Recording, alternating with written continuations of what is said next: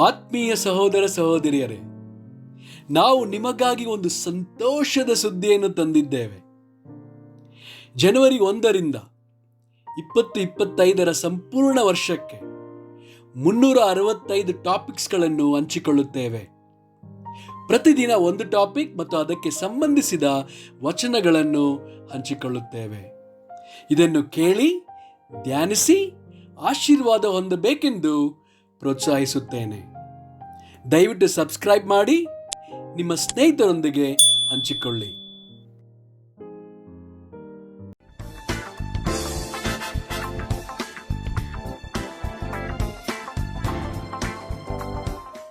ಇಂದು ದಿನ 52 ಟಾಪಿಕ್ ಆರಿಸಲ್ಪಟ್ಟವರು.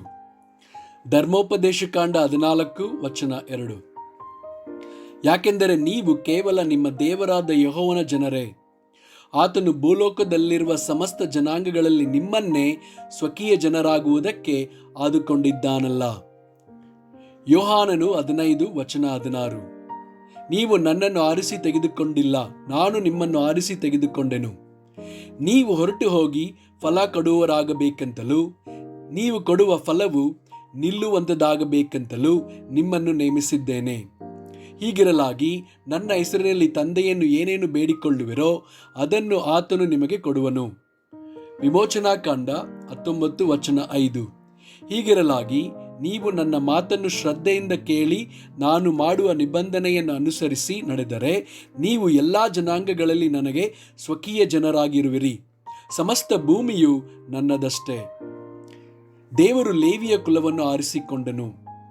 ಧರ್ಮೋಪದೇಶಕಾಂಡ 18 ವಚನ 3ರಿಂದ 5. ಜನರ ಕಡೆಯಿಂದ ಯಾಜಕರು ಹೊಂದಬೇಕಾದವುಗಳು ಯಾವುವೆಂದರೆ, ದನಗಳಲ್ಲಿಯಾಗಲಿ ಹಾಡು ಕುರಿಗಳಲ್ಲಿಯಾಗಲಿ ಪಶುವನ್ನು ಕೊಯ್ದು ಯಜ್ಞ ಮಾಡುವವರೆಲ್ಲರೂ ಅದರ ಮುಂದೊಡೆಯನ್ನು 2 ದವಡೆಗಳನ್ನು ಕೋಷ್ಠವನ್ನು ಯಾಜಕರಿಗೆ ಕೊಡಬೇಕು. ಧಾನ್ಯ, ದ್ರಾಕ್ಷರಸ, ಎಣ್ಣೆ ಇವುಗಳ ಪ್ರಥಮ ಫಲಗಳನ್ನು, ಮೊದಲನೆಯ ಸಾರಿ ಕತ್ತರಿಸುವ ಕುರಿಗಳ ಉಣ್ಣೆಯನ್ನು ಅವರಿಗೆ ಕೊಡಬೇಕು.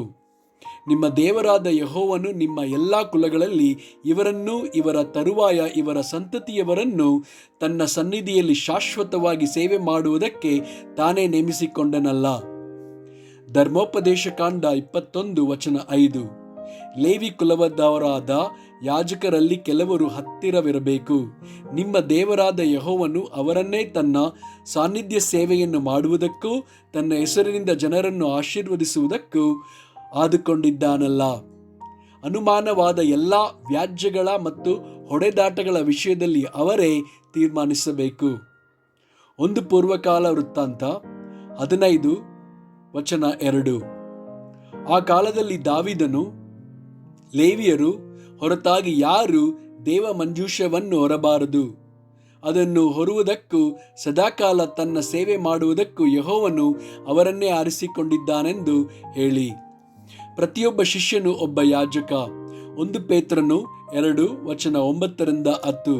ನೀವಾದರೋ ನಿಮ್ಮನ್ನು ಕತ್ತಲೆಯೊಳಗಿಂದ ಕರೆದು ತನ್ನ ಆಶ್ಚರ್ಯಕರವಾದ ಬೆಳಕಿನಲ್ಲಿ ಸೇರಿಸಿದಾತನ ಗುಣಾತಿಶಯಗಳನ್ನು ಪ್ರಚಾರ ಮಾಡುವರಾಗುವಂತೆ ದೇವರಾದುಕೊಂಡ ಜನಾಂಗವು, ರಾಜವಂಶಸ್ಥರಾದ ಯಾಜಕರು, ಮೀಸಲಾದ ಜನವು, ದೇವರ ಸ್ವಕೀಯ ಪ್ರಜೆಯೂ ಆಗಿದ್ದೀರಿ. ಮೊದಲು ನೀವು ಪ್ರಜೆಯಾಗಿರಲಿಲ್ಲ, ಈಗ ದೇವರ ಪ್ರಜೆಯಾಗಿದ್ದೀರಿ. ಮೊದಲು ವಾತ್ಸಲ್ಯ ಹೊಂದಿರಲಿಲ್ಲ, ಈಗ ವಾತ್ಸಲ್ಯ ಹೊಂದಿದವರಾಗಿದ್ದೀರಿ. ಆಮೆನ್.